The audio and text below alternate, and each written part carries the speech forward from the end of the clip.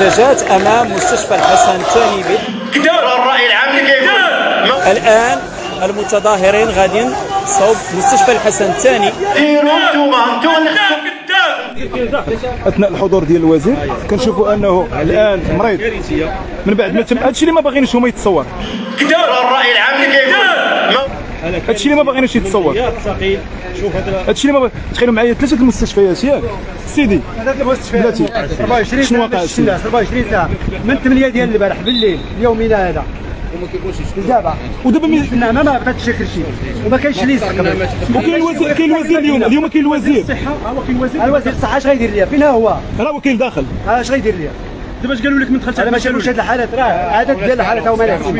اش قالوا لك دابا ما دخلتيهاش؟ قالوا لك حاله خطيره. قالوا لك الورقه ماشي ديال هنا. علاش ماشي ديال هنا؟ قالوا لك الورقه ما صيفطوكش لا العيشه، خصك تمشي للسبيطار ديال الحومه باش تجيب لنا الورقه. ديروا انتم سي رضا حنا دايره عمليه القلب من الساعه دابا وحنا كنطلبوا لابيلونس كلشي بالبروت كانت فعلا هزوني تحت منهم 3 ديال المرود وبوليسي كلشي كيعفط.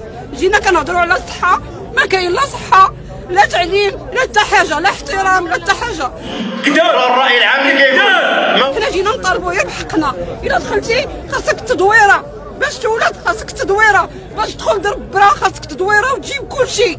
حنا مالنا جينا نهضروا على حقنا ما بغينا والو منهم وكيعفسوا علينا. واش حنايا شنو حنايا وعيالات المراه هزوها بحال ميته مسكينه. يجيبوا ناس ديال 20 عام يتعلموا في المواطنين. حنا ماشي حيوان، حنا انسان.